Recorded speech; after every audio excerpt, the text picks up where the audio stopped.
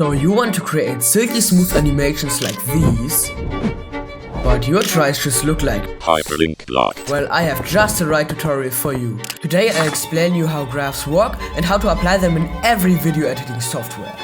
Let's get started. Alright, before we jump into the actual graph examples, we need to talk about something crucial. The 3 types of animations. And trust me, understanding this will make everything else click into place. See, every animation you'll ever create falls into one of the 3 categories: ease in, ease out, or in between. And no, these aren't just fancy terms to make you sound smart. They literally determine how your animation feels. Firstly, ease in. This is when your animation starts fast and ends slow. Think of a car pulling into a parking spot and hitting the brakes. You use this when your object is sliding into your viewable composition, like the school ball for example. Next up, ease out, the complete opposite. It starts slow and ends fast, like a car accelerating from a stoplight. Slow start, then boom, full speed ahead. This is perfect for when your object moves out of your viewable composition. Show them, cool ball. Yep, exactly like that. And lastly, in between, the perfect middle. It starts slow, speeds up in the middle, and then slows down at the end. This is perfect for your object moving from one place to another, because it mimics how things move in real life. Natural, smooth, and beautiful. These are all of your animation types. Nail them and your work looks amazing, but mess up just once and it looks absolutely horrible. But worry not, that's why I will hand you 3 foolproof graph examples that will guarantee smooth animations. But first, we need to talk about the tools that make it all possible, the 2 types of graphs. But one quick thing before we continue. If this is actually starting to make sense and you're not just nodding along pretending to understand, go ahead and hit that like button. It tells YouTube, hey, this guy isn't just rambling. And honestly, it keeps me motivated to make more of these. Alright, enough yapping. Let's continue. So, there are 2 types of graphs you need to know about. First up, the value graph, or as I like to call it, the improvement of your animation quality after watching this video. This bad boy shows you how fast your object reaches its end goal. The incline of the line, that's your object's value. Could be position, scale, rotation, whatever. The steeper it's increasing, the faster it is moving, growing, or whatever. Sounds a bit complicated, doesn't it? Well, it's actually pretty easy. Let me explain it with an example. See that ball? Look how it starts slow, picks up the pace, and then slows down again. Now, if we take a look at the graph, we see the incline is almost non-existent at the start, but then it gets steeper until the end. It's exactly what the ball is doing. Sounds simple now, doesn't it? Here's the thing though, most beginners look at this graph type and think, this looks way too complicated. And you know what? You're right. That's why there's a second graph type that turns your dumpster fire into a masterpiece with literally just a few clicks. Can you guess which one? Bingo! It's a speed graph, the actual MVP of smooth animations, with drop-offs so deep that not even my ego after hearing Make It Pop More could reach the bottom. When it comes to speed graph, the higher the peak, the faster the animation. Even faster than the render times I dream of but never get. Now, one critical rule. Never make your curves too extreme like this. See how it's basically teleporting? Your eyes can't even track it properly. Time this works is for match cuts like this, where the snap is intentional. Other than that, it's so simple that even a toddler could do it. But fair warning, this power comes with great responsibility. Mess up just once and your silky smooth dream becomes a jittery nightmare fast. That's why I'm about to hand you 3 foolproof graph examples that work every damn time. Now, if you actually made it this far and found this helpful, do me a favor and subscribe. Because let's be real, you're gonna forget half of this in like 2 weeks and you need to come back. Might as well make it easy to find, right? Anyways, let's continue. So basically, I mainly use these 2 for in animations. For in-between animations, I use this one, although you can adjust it to your liking. And for out animations, I use this one. And there you have it, the 3 graphs that will basically carry your entire editing career. Now I know what you're thinking. Okay, cool, but where the hell do I actually find them in my software? Great question, because every program hides them somewhere different. Some in the timeline, some in effect controls, and if you're using Capcut, good luck finding it buried 3 menus deep like it's a state secret. So let me show you exactly where to look in each program and apply them. Now let's start strong in Premiere Pro. Editing graphs in Premiere Pro is actually really easy, even if the editor sucks badly. Anyway, to actually use graphs, you will need to open the Effect Controls panel, which can be found under the Window category, right here. In the window Effect Controls, you can adjust multiple things, but let's focus on the teeny tiny stopwatch icon left of the text. When you press it, a keyframe will appear on the right side. Now if you have 2 or more, open the graph editor, which can be opened with this little arrow over here. Now select the 2 keyframes and 2 handles will appear. Pull them and the graph change it. It couldn't be easier.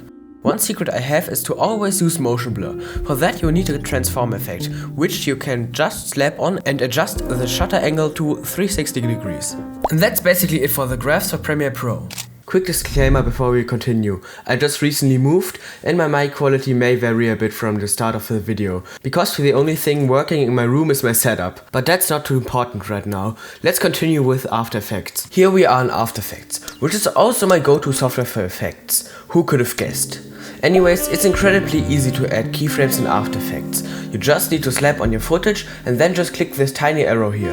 You may notice that After Effects is really similar to Premiere Pro, but it has a way better graph editor. Coming back to After Effects, after opening the transform properties, you can click on the stopwatch and create your own keyframe. Now go ahead in your composition and set your next one. But before we can get to the good part, the graph editor, we need to select all the keyframes and press F9 to easy ease. After that, open the graph editor with this icon here. You still need to have your keyframe selected. And then you will have the options between the speed and the value graph. My personal tip is to stick to the speed graph, because it's much easier to use and still allows for great precision. If you have the keyframe selected, you will see two handles. If you pull them, the graph changes. Et voila! Perfect graphs! One quick thing by the way, you can find the motion blur option here, just press this button. On to the next software, Davinci Resolve.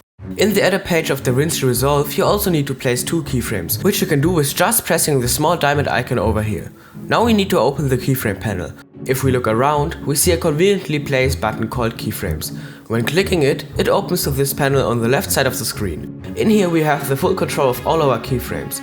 We could, for example, add keyframes and move them to our liking, but let's not worry about that now, since we're here for the graphs. Unlike After Effects and Premiere Pro, Davinci Resolve doesn't give you the options for Sweet Graph. Instead, you'll have to work with the value graphs, which are better for precision anyway. If you now want to open the graph editor in Davinci Resolve, we have two options. Option number one is to switch from the keyframe view to the graph editor view inside the keyframe panel, which can be done when clicking this icon here. Now the second and arguably the better option, at least in my opinion, is to click this icon here, which pops out the graph editor as a movable window. The good thing is, you can adjust the window size to your need. Now if you select your keyframes, you'll need to apply an easing preset. Just click on this drop down arrow and select ease in and out and two handles will appear. Pull them and you can change your graphs to your desire. And finally, if you're done, just close this window and it will go back to its original position. And that's the graphs for Davinci Resolve. Now we're taking a deep dive into arguably one of the most popular editing software out there, Capcut and its mobile version. I personally have used Capcut for well over a year, until I finally made the switch to the Adobe suite. In the desktop version, we can create keyframes by clicking on this diamond shape on the right side on the screen. Creating keyframes is even easier in the mobile version, where we can just press this diamond icon, which shows up by just clicking on your clip. Switching over to the desktop version, the next thing we'll do is to open the graph editor, like always. Right click on your clip and select the show variable speed animation option. Alternatively, press Alt K. To be honest, the graph editor in Capcut is horrible, but we can still achieve the same animation quality. Like in almost every software up until now, we need to select a keyframe preset, so the handles appear. And finally, we can adjust the graphs to our liking. Now let's continue in the mobile version. After placing the keyframe, there will be this graph option. Here we can select one of the many presets. Sadly, at least for me, there isn't the custom graph option anymore. While recording this video, I actually found the graph editor.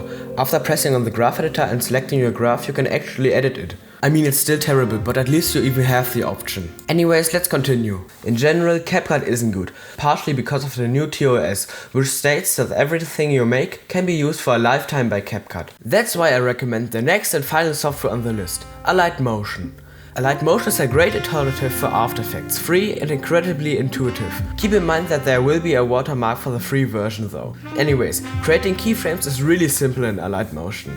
After you have selected your objects, a panel will open where you can adjust plenty of stuff. But let's focus on the move and transition section for now. When clicked, you will see lots of new stuff. And here's where we can actually create our keyframes and graphs. The first thing, like always, we need to click this diamond shaped button, which places a keyframe in the current position. Now we need to go forward in the timeline and move our object, which we can use with this precise touch area right below the composition. Now once you set all the keyframes, we can move on to the graph editor, which can be accessed below the keyframe button. I gotta say, the graph editor is actually amazing.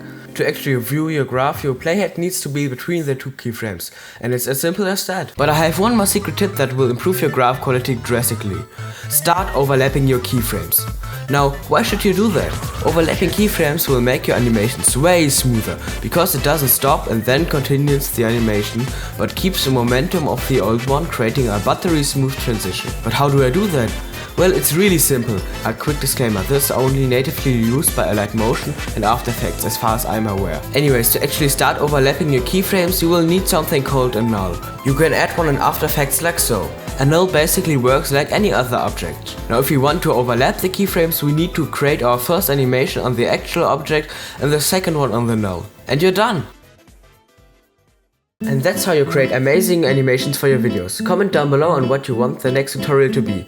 Have a great day!